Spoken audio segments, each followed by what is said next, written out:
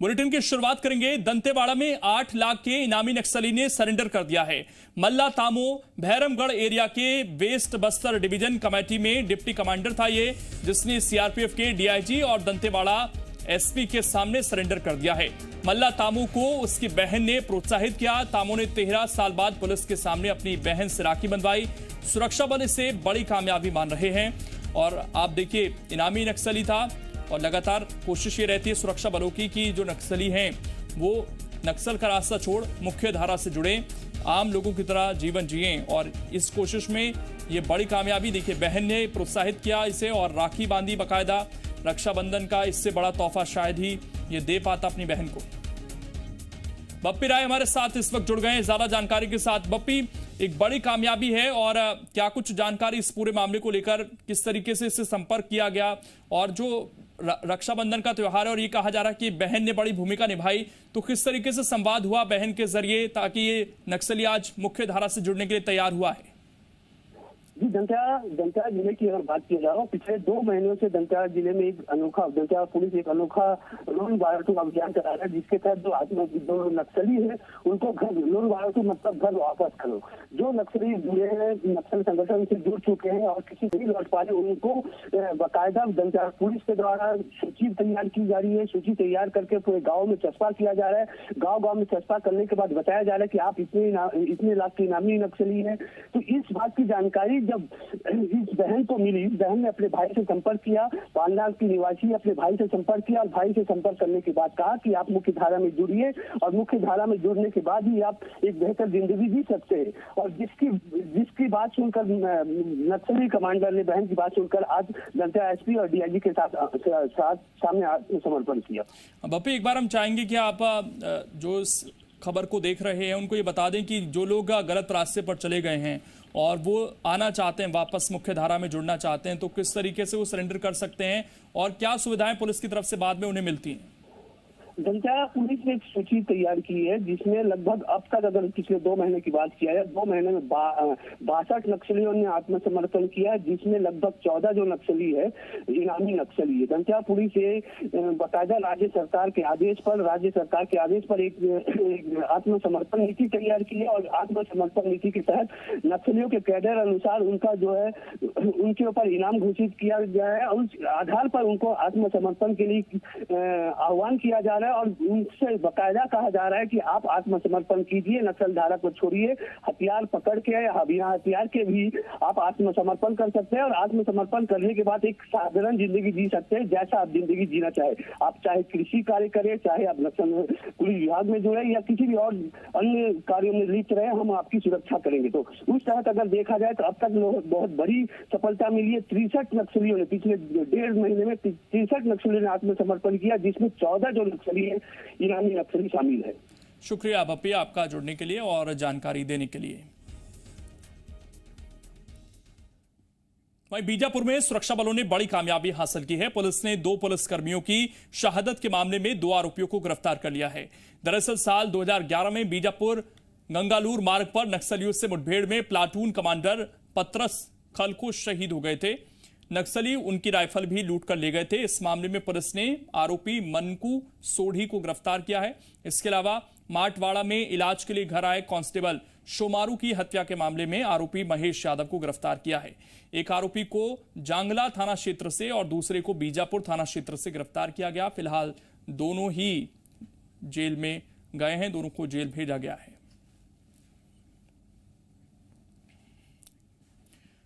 छत्तीसगढ़ की राज्यपाल अनुसुईया उइके ने वन मंत्री मोहम्मद अकबर को पत्र लिखा है, जिसमें उन्होंने तेंदुपत्ता संग्राहकों के लिए फैसले को लेकर धन्यवाद दिया। राज्यपाल ने लिखा कि मेरे आग्रह पर तेंदुपत्ता संग्राहक परिवारों को अनुदान सहायता, नवीन योजना, बच्चों की लंबित छात्रवृत्ति, प्रोत्साहन राशि तुरंत दी गई, जिसकी सराहना करती हूं।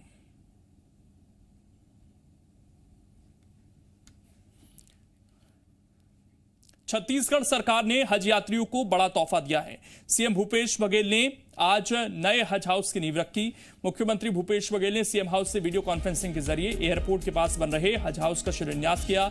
इस नए हज हाउस का निर्माण करीब 3 एकड़ भूमि पर किया जा रहा है और इस पर करीब 14 करोड़ रुपए की लागत आएगी। हज हाउस के तोहफे पर मंत्री मोहम्मद अकबर ने खुशी जताई, कहा जल्द ही इसका निर्माण कार्य पूरा हो जाएगा। ईद-उल अज़हा का जो समय है ये बहुत ही मुबारक दिन हज के लिए माना जाता है और इसके हिसाब से आज जो शिलान्यास का कार्यक्रम हुआ है 26 करोड़ की लागत से इसका निर्माण कार्य किया जाना है। 3 एकड़ जमीन इसमें है और हम लोग कोशिश करेंगे कि जल्दी से जल्दी इसका निर्माण कार्य पूरा हो जाए। 5 करोड़ रुपए इसमें सेंट्रल हज कमेटी की ओर से दिए जाने की बात हुई है, उसको भी हम लोग जल्दी प्राप्त करेंगे और राज्य सरकार से सहयोग लेकर इसके निर्माण कार्य को पूरा कराएंगे। खबर रायपुर से है। यहां नगरीय प्रशासन मंत्री शिव डहरिया के निवास पर बीजेपी पार्षद पहुंचे और निगम अधिकारियों की शिकायत की। पार्षदों ने आरोप लगाया कि अधिकारी महापौर एजाज ढेबर के नाम पर पैसा मांगते हैं। पार्षदों ने निगम अधिकारियों पर भ्रष्टाचार का आरोप लगाते हुए कहा कि सफाई ठेकेदारों से ये वर्क ऑर्डर के नाम पर मोटी रकम मांगते हैं।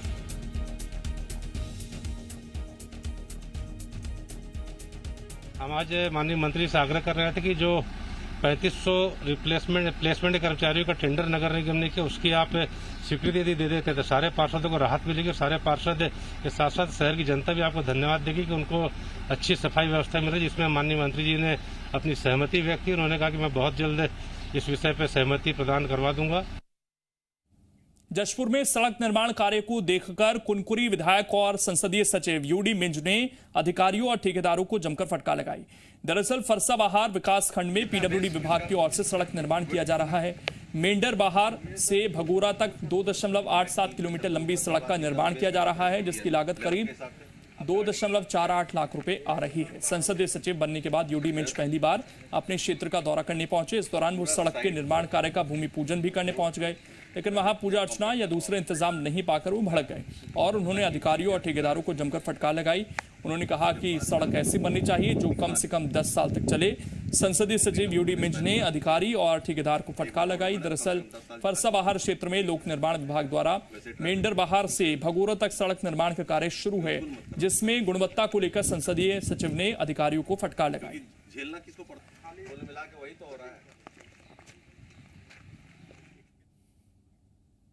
बिल्कुल, इसमें जांच के लिए तो मैंने पहले भी दिया हुआ था 44 करोड़ वाली सड़क के लिए, लेकिन वो वहाँ अधिकारियों को दबा दिया गया था। अब उन अधिकारियों को हटाया गया है। अभी उसमें देखते हैं आगे कार्रवाई करेंगे। अभी फिर नए एनसी बन के आए हैं, उनसे भी हमने एक लेटर दिया है कि इस पर उस तरह जांच कराई जाए। सिटी से भी मैंने जाँच करने की मांग की हुई है इस पर। नहीं, पब्लिक के पैसा का दुरुपयोग तो बिल्कुल बर्दाश्त नहीं किया जाएगा। गुणवत्ता चाहिए हमको किसी भी स्थिति में। सरगुजा में मैनपाट के छोर पर बसे कदनई गांव में आज भी मूलभूत सुविधाएं नहीं हैं। ग्रामीण कई बार पुल की मांग कर चुके हैं, लेकिन आज तक नदी पर पुल नहीं बन पाया, जिसकी वजह से 1000 आबादी वाले गांव के लोगों को काफी परेशानी होती है। किसी के बीमार होने पर नदी पार कर अस्पताल पहुंचाया जाता है। एक गर्भवती महिला को लोगों ने ऐसे ही पार कराया। नदी के उस पार खड़ी स्वास्थ्य विभाग की गाड़ी से अस्पताल पहुंचाया गया। बारिश के मौसम में लोगों को और भी परेशानी का सामना करना पड़ता है। कदनई गांव में राष्ट्रपति के दत्तक पुत्र माने जाने वाले कोरबा जनजाति के लोग रहते हैं, लेकिन प्रशासन का ध्यान गांव तक नहीं गया। कलेक्टर ने कहा कि मैनपाट के कुछ इलाके पहुंच विहीन हैं, जिसे दुरुस्त करने की कोशिश की जा रही है। जहाँ तक हमारी एम्बुलेंस जा सकती है वहाँ तक एम्बुलेंस जाएगी और उसके बाद छोटी गाड़ी यदि जा सकती है तो वो जाएगी। और गांव से फिर उसको उनके घर तक जाना संभव नहीं है कि किसी भी गाड़ी का, तो वहाँ से उसको किसी अच्छे तरीके से ला सकते हैं। रायगढ़ में पीएम आवास योजना दम तोड़ती नजर आ रही है। शहरी क्षेत्र में 48 करोड़ 59 लाख की लागत से 1143 मकान बनकर तैयार हैं, लेकिन अभी इन्हें हितग्राहियों को आवंटित नहीं किया गया है। ये घरों को असामाजिक तत्वों ने अपना डेरा जमा रखा है। कई घरों को क्षतिग्रस्त भी किया जा चुका है। बीजेपी ने आरोप लगाया था कि प्रदेश सरकार गरीबों के लिए घर तो नहीं बनवा पा रही, पीएम आवास की देखरेख भी नहीं कर पा रही है। नगर निगम सभापति जयंत ठेठवार ने कहा कि लाभार्थियों की सूची केंद्र और राज्य सरकार को भेजी गई है। अंतिम निर्णय के लिए फाइल कलेक्टर के पास भी पहुंच चुकी है। जल्द ही गरीबों को उनका घर मिल जाएगा। उन्होंने कहा कि इन मकानों को प्रवासी मजदूरों को किराए पर भी देने की तैयारी चल रही है। वहीं नगर निगम कमिश्नर आशुतोष पांडे ने कहा कि अभी घर ठेकेदार से हैंडओवर नहीं लिए गए हैं। घरों की जिम्मेदारी ठेकेदार के ऊपर है। जो भी नुकसान हुआ है उसकी भरपाई ठेकेदार से होगी। इसके बाद ही घरों का हैंडओवर लिया जाएगा। आज लगभग 1 से सवा साल हो गए मकान बनकर तैयार है और मकान खंडहर में तब्दील हो रहे हैं। आधे से ज़्यादा मकानों में असामाजिक तत्वों का जमावड़ा है, जिससे कभी गंभीर दुर्घटना भी घट सकती है। शहर सरकार और माननीय विधायक जी से निवेदन करेंगे कि कम से कम इस महत्वाकांक्षी योजना गरीबों के साथ में अन्याय न करे और जो आवश्यक है उनको आवंटन करके गरीबों को छत मुहैया कराए। अब वहाँ पर स्थिति ये है कि कुछ लोगों ने अपने पुराने घरों को छोड़ा नहीं है, जबकि उन्होंने उस चयन प्रक्रिया में भाग ले लिया है। पूरी सूची कलेक्टर महोदय से अनुमोदित होकर हमारे पास आ चुकी है। अब जल्द ही इनको शिफ्ट करने के लिए राजस्व और पुलिस विभाग के सहयोग से इनको शिफ्ट किया जाएगा, अन्यथा इनका जो रजिस्ट्रेशन है वो कैंसिल किया जाएगा। हमारे कलेक्टर महोदय के संज्ञान में दिया गया है और किराए पे हो सकता है दिए जाने का निर्णय हो सकता है। और केंद्र सरकार की भी अभी एक प्राप्त जानकारी अनुसार प्रवासी जो मजदूर हैं उनको किराए पे देना है, ऐसा कुछ दिशा निर्देश आया है।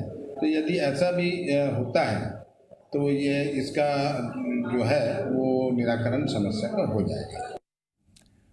कांकेर के यशवंत नगर ग्राम पंचायत के पूर्व सरपंच पर करोड़ों के गबन का आरोप लगा है। ग्राम पंचायत ने पूर्व सरपंच की शिकायत जिला पंचायत में की है, जिसके बाद जांच अधिकारी यशवंत नगर पहुंचे। आरोप है कि पूर्व सरपंच ने मनरेगा के तहत किए गए कामों को मशीनों से करवाया और जॉब कार्ड को अपने पास रख लिया। बाद में फर्जी दस्तावेज लगाकर पैसे निकाल लिए। वहीं जांच अधिकारी का कहना है कि दस्तावेजों की जांच के बाद रिपोर्ट अधिकारियों को भेजी जाएगी। वहीं पूर्व सरपंच के रिश्तेदार का कहना है कि पूर्व सरपंच पर लगाए गए सभी आरोप बेबुनियाद हैं। आज शिकायत ऐसा है ना, जो पंचायत में जितना डोबरी हुआ सब गाड़ी में हुआ, एक तो ही नहीं हुआ। मशीन लगाया गया? हाँ, मशीन से एक तो नहीं हुआ। किसका? मोनी मोहन का। उसका काम हुआ सिर्फ 10,000 का, 2 दिन लेबर लिया 10-10 करके, और काम नहीं हुआ उसका। बस आज सबको क्या लगता है भ्रष्टाचार है ये? सब भ्रष्टाचार है। तस्कर गिरोह के 6 लोगों को गिरफ्तार किया है। 3 अलग अलग वाहनों से 40 लाख रुपए बरामद किए गए हैं और साथ में 4 क्विंटल गांजा भी बरामद हुआ है। तस्करों का मास्टरमाइंड संतोष दौरा था, जो पहले भी डकैती और अन्य मामलों में जेल में सजा काट चुका है। पकड़े गए आरोपियों में से 2 आरोपी नाबालिग हैं। सभी आरोपी उड़ीसा के रहने वाले हैं और गांजा लेकर रायपुर जा रहे थे। आरोपियों से पूछताछ में जुटी हुई है पुलिस की टीम। मामले में गांजा तस्करी को लेकर और भी खुलासे हो सकते हैं। ये अपना जगदलपुर से लेके अपना जो कुमटा है, अपना छत्तीसगढ़ का बस्तर का कुमटा, उस एरिया में पूरा फैला हुआ है। पूरा मतलब जंगली इलाका है वो, और वहाँ पर नक्सली मूवमेंट भी बहुत ज़्यादा है। इसलिए थोड़ा वहाँ पे क्या कहने से रिस्क है। तब भी मैं वहाँ के पुलिस अधीक्षक और सुकमा के पुलिस अधीक्षक, जगदलपुर के पुलिस अधीक्षक, मैं सभी से भी बात किया हूँ मैं।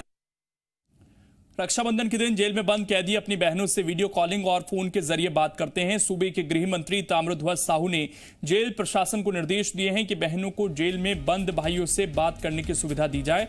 इस साल कोरोना महामारी के कारण बहनें अपने भाइयों को राखी बांधने के लिए जेल नहीं जा पाएंगी। इसी को देखते हुए गृह मंत्री ने वीडियो कॉलिंग और फोन के जरिए बात करने की सुविधा देने के निर्देश दिए हैं। इस अवसर पर वीडियो कॉलिंग सिस्टम से या मोबाइल से कोई बहन अपन भाई से बात करना चाहे तो बात करा दी जाएगी, ये व्यवस्था की गई है। लेकिन मिलने का और राखी का उसको बंद कर दिया गया है। पहला, भावनात्मक बातों से अलग हटके पहली जरूरी है भाई का और बहन का दोनों का जीवन, इसलिए इस वर्ष इस प्रकार की व्यवस्थाएं की गई है। बिलासपुर की कोटा नगर पंचायत के कोट सागर दुर्गा मंदिर में दुर्लभ ब्रह्मकाल लोगों के लिए कौतूहल का विषय बना हुआ है। 2 दिनों से फूल रात में खिलता है, जिसे देखने के लिए लोगों की भीड़ उमड़ती है। लोग रात होते ही दर्शन के लिए पहुंच रहे हैं। यह फूल हिमालय की वादियों में मिलता है, जो सिर्फ रात में ही खिलता है। सुबह होते ही फूल अपने आप बंद हो जाता है। अपनी इसी विशेषता के लिए ब्रह्म कमल दुनिया भर में लोकप्रिय है। स्थानीय लोगों की मान्यता है कि इसमें खुद देवताओं का वास होता है। दर्शन मात्र से अनेक इच्छाएं पूरी हो जाती हैं। लोगों का तो माहौल है, कम से कम 200-400 लगभग आदमी दर्शन करके लगभग 200-500 तो हो ही गए हैं। लोगों की आस्था है, आते जा रहे हैं, अभी तक आ रहे हैं। वे पहले कल खिला था 2 फूल, तो 2 फूल खिलने के बाद वो 11-12 बजे लगभग पूर्ण रूप से खिल गया था। ये फूल को ब्रह्म कमल कहते हैं। ये एक्चुअल हिमालय पर्वत में ही होता है ज़्यादातर। आजकल और कई जगह लगाने लग गए हैं लोग, इसको हो जाता है। साल में एक बार खिलता है, जुलाई अगस्त में, और रात में ही खिलता है। सुबह ये बंद हो जाती है, इसकी कली जो खिलती हुई रहती है।